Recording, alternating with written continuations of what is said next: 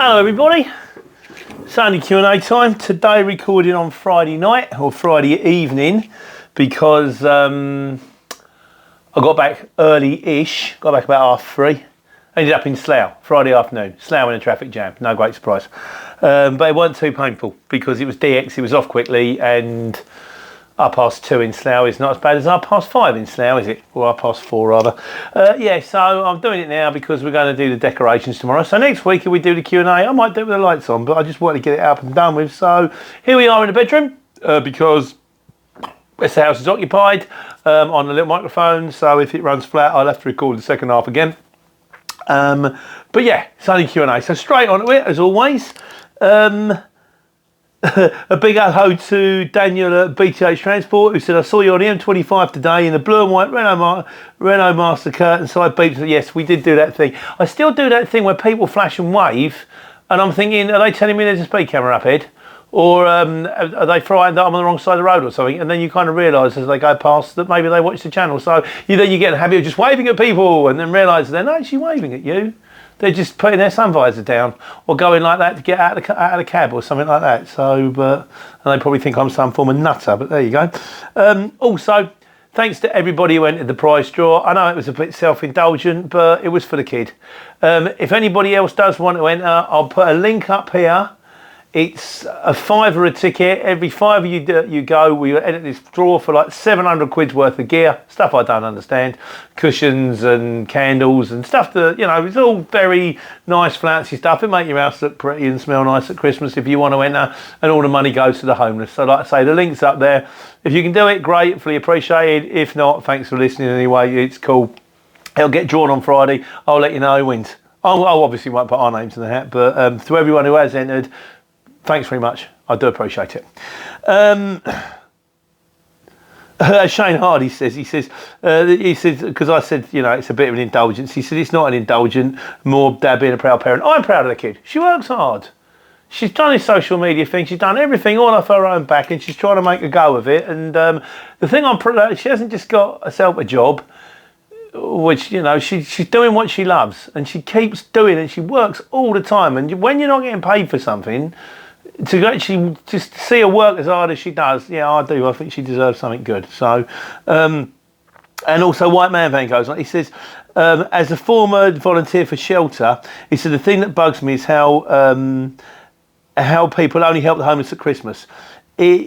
I get it makes great headlines for many homeless people, but people are usually homeless for more than 1 month. I hope it all goes well with the child and other supporters to continue helping for the rest of the year. Well, yeah, you're right, mate, but this is the thing. It's not like, I know that some people give up Christmas Day to go in and work in the soup kitchen, and they're like, don't give up Christmas Day. Everybody wants to do it on Christmas Day to show how great they are. Give up some day in the middle of June and go and do it then when we actually need you. But the money will always be there. So, if she's got, however much money she raises, she'll go there and that'll last as long as it lasts, so good luck to them. Right, on the subject of money, this week's video, the money-making tip. Me coming in slowly, of going, yeah, I'll hang on, and yeah, this is what you guys had to say about it.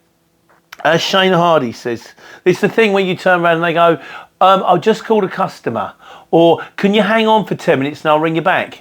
And you go, yeah, okay. And then you're sitting there thinking, why? Why am I hanging on for 10 minutes? What if my ideal job brings up 2 minutes later and I can't take it because I said I'm waiting for your job? So no, it's no more. Shane Hardy, he says, you said it best when you said, you ain't booked till you're booked. At the end of the day, money's money, and he's dead right. Wait on a second. I've got my glasses on. 409, because I'm doing timestamps. So if you don't want to go, you can just go to the money making tip. You can go straight to the timestamp if you want to do, timestamps. Damien W says, I do it the same way. Steve Campbell says, I always say first come, first served. Mike Wishy says, more money indeed, Pete. Is the aim of the game. And then he says, keep her lip, pal. Don't know what that means. I like the expression. Don't know what it means. Clayton in Man says, you have to take into account who's asking you to wait.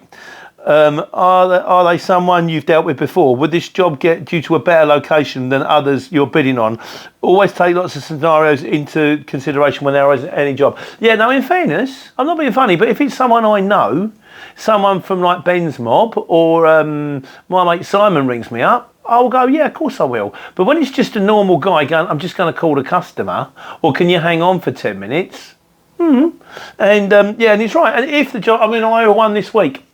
It was a killer because I was going down, I had Dunstable to Southampton, saw it the night before, Southampton to Hatfield.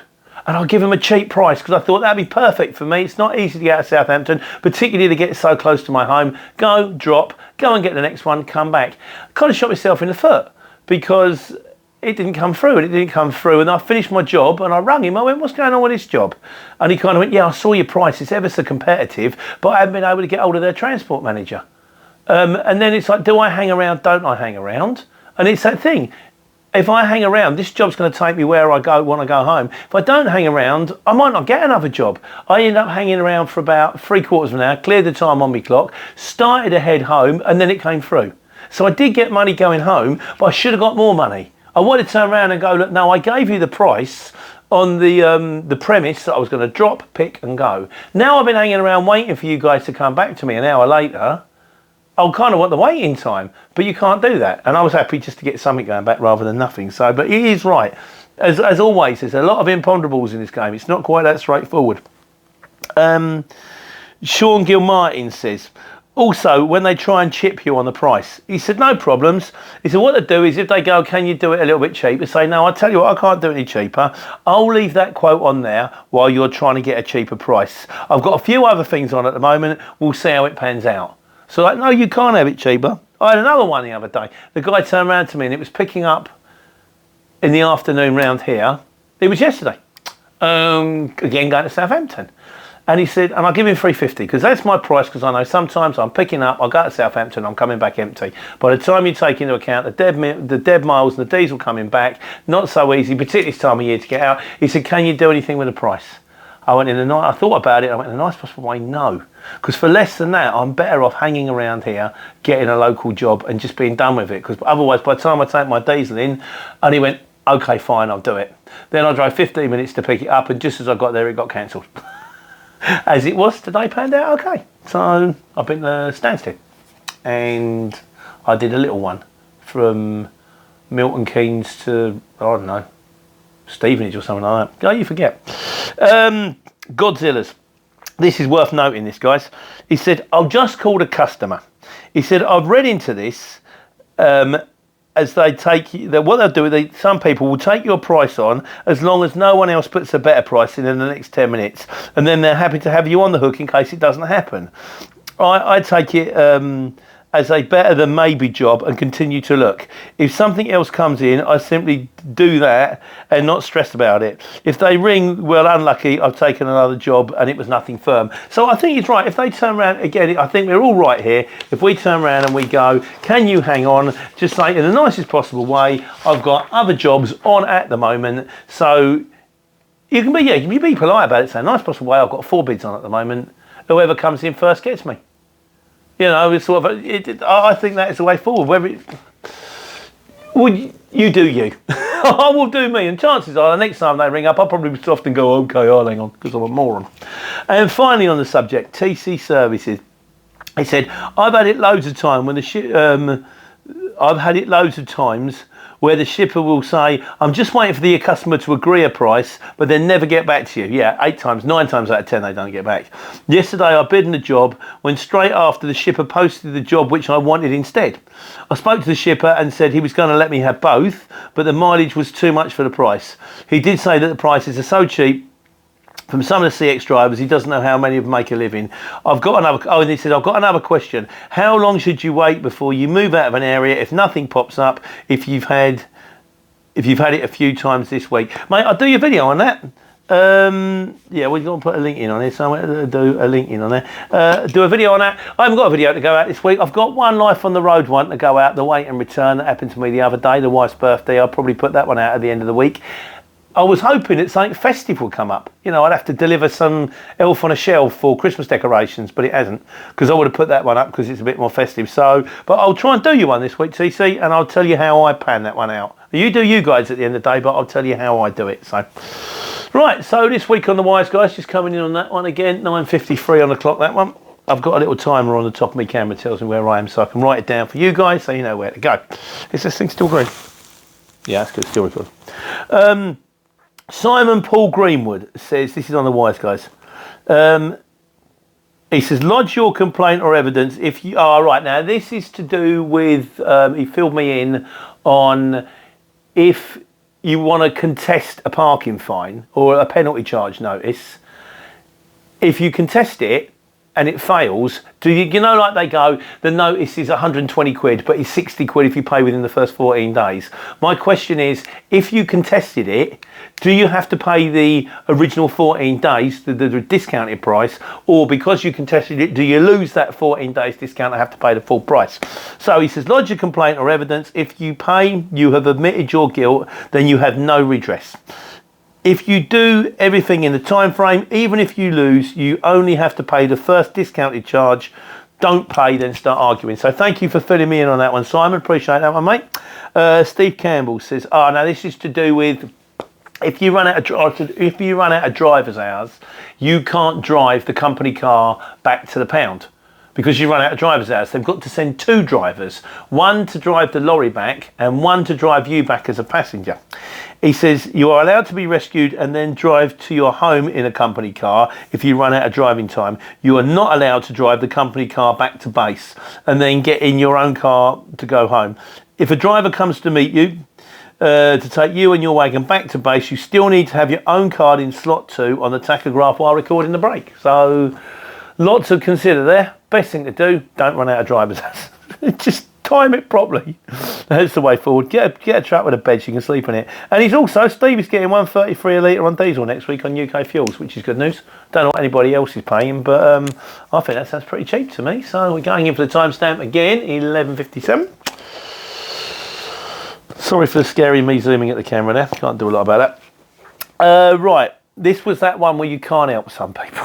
So I'm at Waitrose, as I am a lot, in the morning, and I know I need to keep the space clear, and a bloke in a truck decides to try to reverse into it. I go, mate, don't reverse into that. They'll make you move. Why can't you do it? Why can't you move? Why can't you go over there? And what got frustrated on the second or third time, I said, I could feel my hackles rising because I was annoyed because I'm thinking, I'm trying to help you here. I'm trying to stop you from parking up and then 5 minutes later having to move it because you're in the wrong place and you're having a go at me for it, which is why in the end I said, no, tell you what, put it there. You put it there. Park where you like, mate. No problem. Oh, let me tell you what to do. Park away, sir. What did he do? Drove it and parked somewhere else. Darn right. So Jeremy Hawk Courier says, you handled this badly, Pete. You should have set the camera up and landed one right on his chin for us all to take a comment. Yeah, that's Steve Campbell category there. Sorry, Steve. Harsh but fair, mate. Yeah, and then I can do following videos: Christmas at the Magistrates Court, New Year in the cells, that kind of thing. Pete, the actual bodily harm courier driver. No, I think probably best to try to. I always find reason and words is definitely the first port of call on these things. So, domain name guy says, if they load you from the side, you should have been sent to the loading ramp where a counterbalance forky goes out of the building, etc. The only exception would be if the load was on the bay, which means it was easier for the person to put the pallets next to the loading bay and then dock them from the side from that point of view. Now, what it was, the goods aren't actually in the RDC. They use the RDC's car park. So what happens is, Waitrose, somebody will come in like the night before and drop off 2 great big trailers, like 6-axle trailers, like 40-footers and double deckers as well. And then when we come in the morning, they pull the curtains back, take it off the trailer and load us. So if I was at the ramp, I could be at the ramp over there, and then the trailer is like 400 yards away in the car park with lorries going backwards and forwards. So you have to park next to the trailer so the trailer can take the goods off the trailer and put it on your truck. But they do need a space between the two of you. Otherwise, they can't get between your truck and the trailer to get the goods off. So it's a needs-must situation. It is what it is. Just wish the bloke had understood, that was all. Shane Hardy says, Pete, still trying to find ways to deal with stupid people while taking money. And Teddy Gas says, another brain cell, he'd be a plant. In fairness, I'm kind of used to it now because I go there every morning. The first time I went in there, I think I was driving around for an hour trying to work out where I was supposed to be picking up from. So, like I say, I don't mind the fact the guy didn't understand. I don't mind the fact that he didn't know what was going on. What I minded was when I was trying to help him, he was having a pop at me. And I'm like, no, I tell you what, you help yourself, mate. So, we're on to miscellaneous. He's going in for the timestamp again. Get ready for scary glasses. 15:08, 15:08, and microphone's still green. Sorry, get that. So, miscellaneous this week. A Yorkshireman's Daily Grind. Hello, mate. I haven't spoken to you for a little while. Just signed a petition. Thanks very much, guys. If you don't know, we've got a petition going. I'll do you a link to the website. It's the easiest way. I'll do a link underneath in the notes, and there's a link to the website.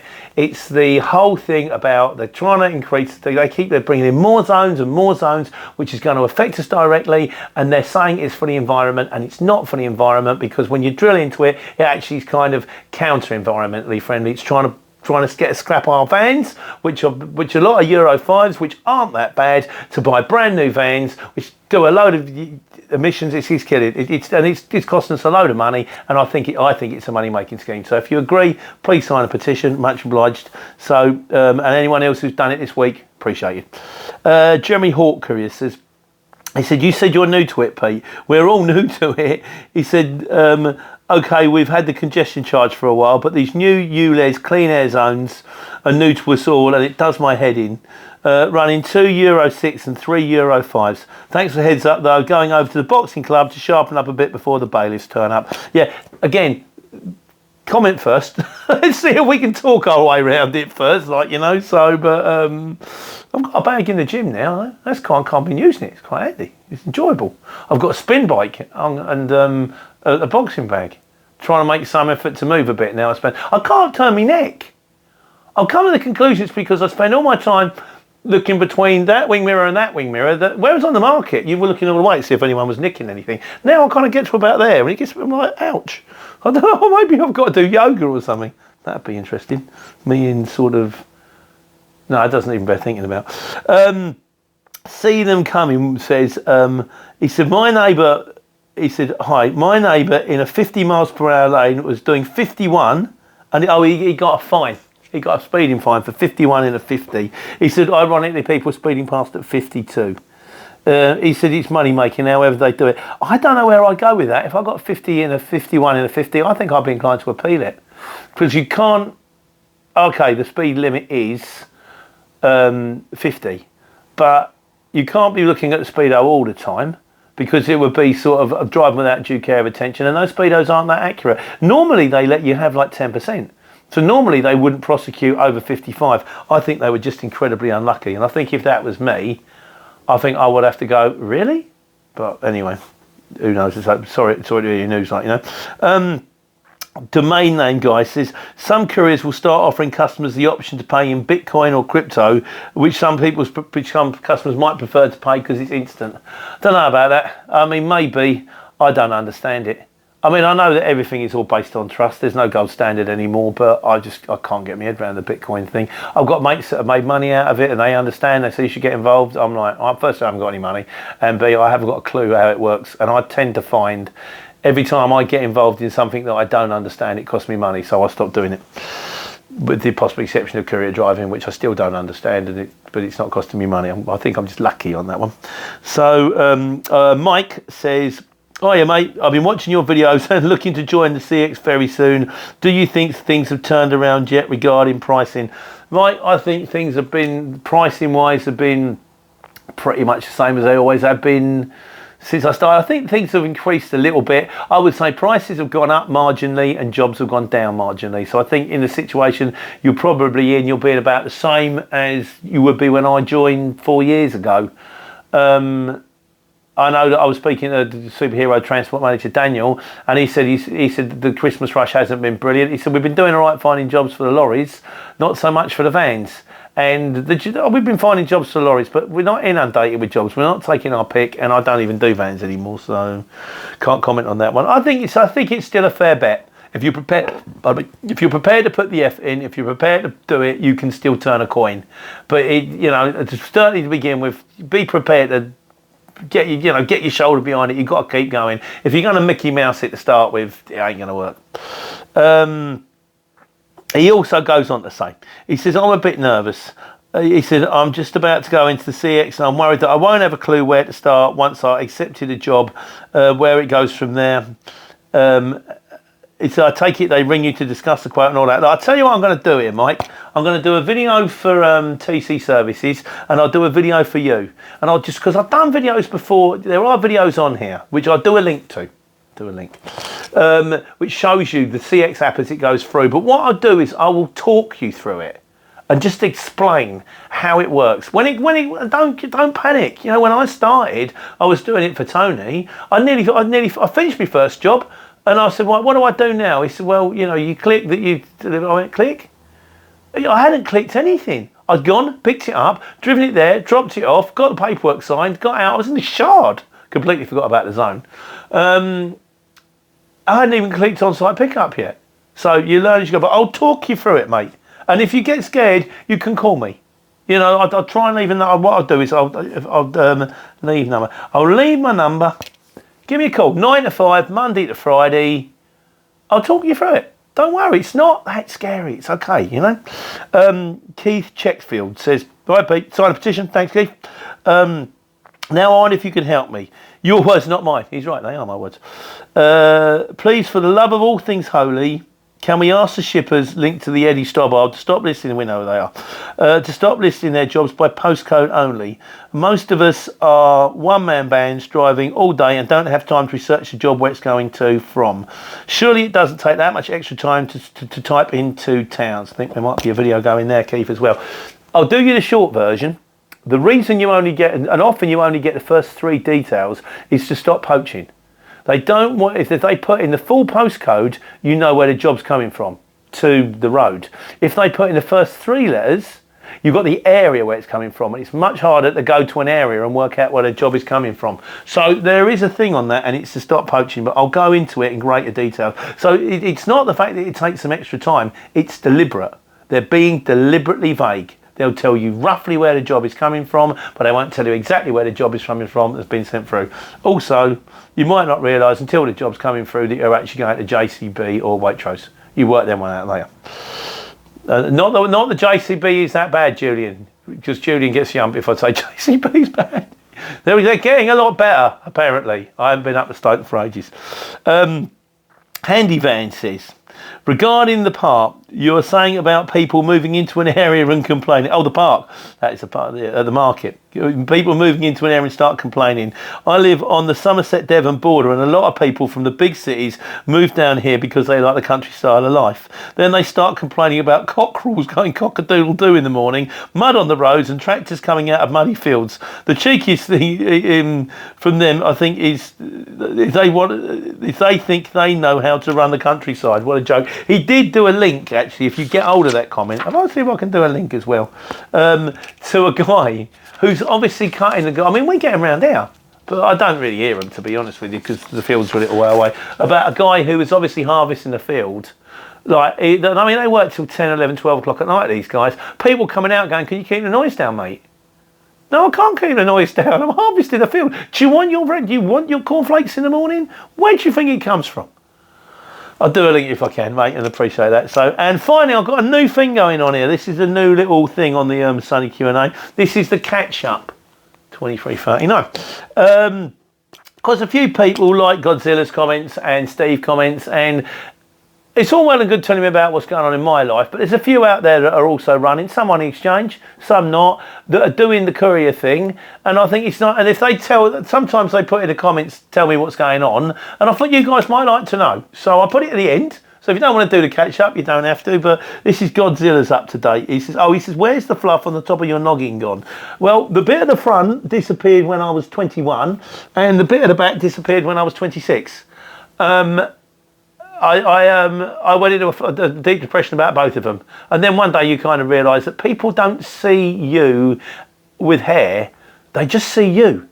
And it doesn't really matter whether you've suddenly got a scar across your face or you got fat or your hair's fallen out, they just see you. So that's kind of okay. So, and one of the best piece of advice was given to me by my mate Nigel's brother-in-law. And I said, because he went bald when he was like 16, 17 or something like that. I said, does it ever bother you, Nathan? He went, no. He said, because in the nicest possible way, I can't see it. And I thought, what an interesting way of looking at it. He said, I don't care what I look like. All I can see is going out. And I thought, yeah, I like that. Go with that one. So, yeah, it's still there. I'm not on the full state yet. It might hang around for a little bit longer. It might not. Fortunately, I'd say I'm past caring. I'm not. I'll still go into deep depression when it falls out. But nowhere near as bad as I would have done when I was younger. Anyway, on to the, this is right. So this is what we got. Interesting news. Now, this does tie in with the CX thing. He says, maybe I'm no longer a member of the CX. He says, he's got a number there. Long story short, I have days a week where I'm babysitting an overexcited dog, so I do have the ability to be a courier driver while working full time, mainly to get away from the dog. He says, I worked it out. I realistically have 7 days in each month where I can go out and work on the CX. Call it 100 quid a day in a small van without stressing too much. It's an extra income. So 700 quid a month. The CX came through with a new subscription at £1,400 a year. That's not good. He says, so the CX want £120 a month to have to have a presence and insurance, get and recovery, a further £140 a month. I'm likely to burn through a couple of £100 in fuel, so to earn £700 a month means working 7 days. I'm likely to have costs of £400 plus, meaning I'm earning a couple of £100 for the travel. And if you divide that by a couple of £100 divided by 7, it's £30 a day. That's not worth it. It's not for everybody. I think Godzilla's is still. Are you still driving petrol tankers around airports or something like that? I think so. So there you go, guys. That's Sunday Q&A. There's one more left between now and Christmas. Like I say, if by next week we might have the lights up. In which case I'll probably make the effort to sort of get up early and record it, because you see the festive house and all that kind of stuff. And finally, in conclusion this week, Andy Chivers says, you've never been to Thailand? No, never been to Thailand. I've been all over though. Been to Los Angeles, been to America, been to Florida, never been to New York, but I have been to California and I've been to Florida, and I think that might be it. Been all over Europe, all over Eastern and Western Europe. Never been to Hungary. Been to Czechoslovakia, been to Poland, never made Hungary. Been to Australia, never made Russia, never made China. Places I'd like to go. Like to go to New York, like to go to Japan. And I'd like to take the wife to Venice. That'd be nice. But so no, for me, no, never been to Thailand, and I've never had turkey on the beach. So I'll be having turkey in the front room in 2 weeks' time. 2 weeks left to go, guys. So next week, it's going to start to slow down. Places are already starting to shut. Get as much money as you can next week, and then we're off on. We're going to cruise it through. And so yeah, 1 week, time to get your head down, take care, and take money.